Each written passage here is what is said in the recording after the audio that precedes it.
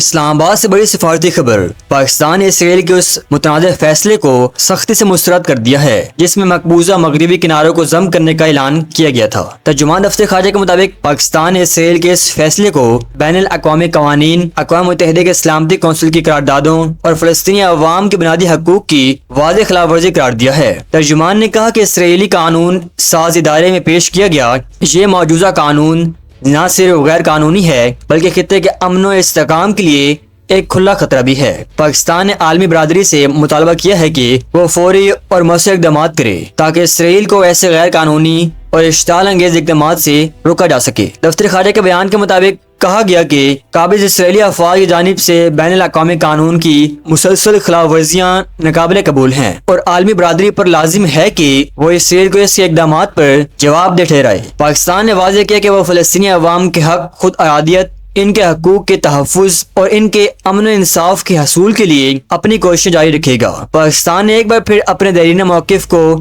دہراتے ہوئے کہا کہ وہ ایک آزاد، خود مختار اور قابل عمل ریاست فلسطین کے قیام کا خواہاں ہے جو 1967 سے قبل کی سرحدوں پر مبنی ہو اور القدس شریف اس کا دارالحکومت ہو۔